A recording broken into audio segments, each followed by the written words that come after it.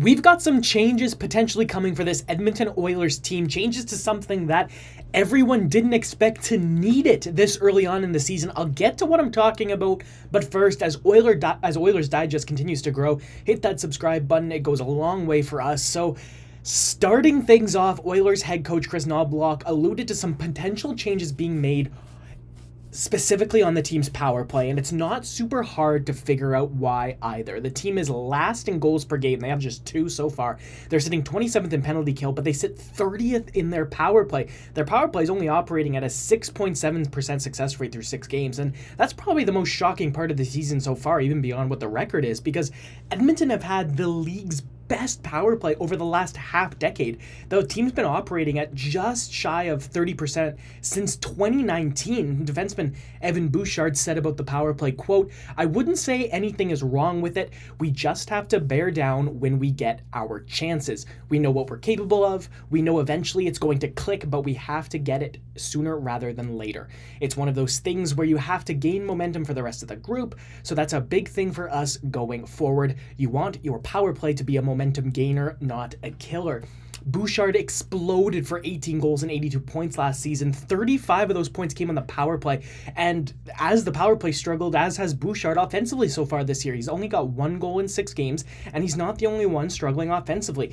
Not the only one struggling offensively off that first power play unit either. Zach Hyman hasn't scored a point yet, and Ryan Nugent-Hopkins only has 2 points through 6 games so far.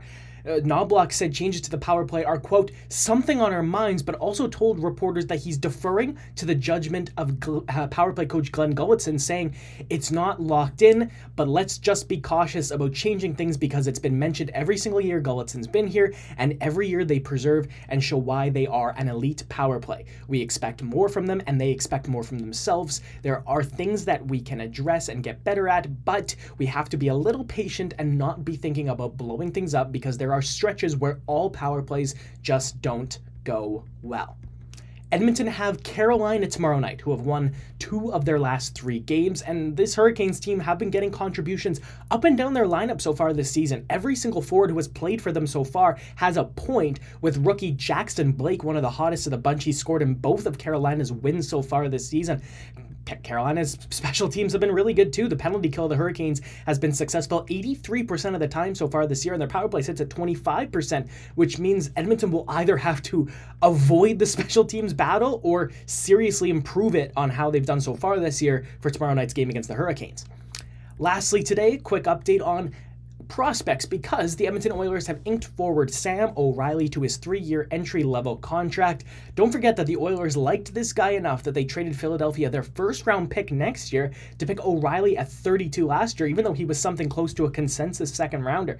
He scored once in preseason and looked solid. It's good news that the Oilers got this done, and his London Knights team will be one Oilers fans should be paying attention to, especially now that obviously he's signed. He's going to be an Oiler in the future. That's going to be all from me today. Thanks for watching.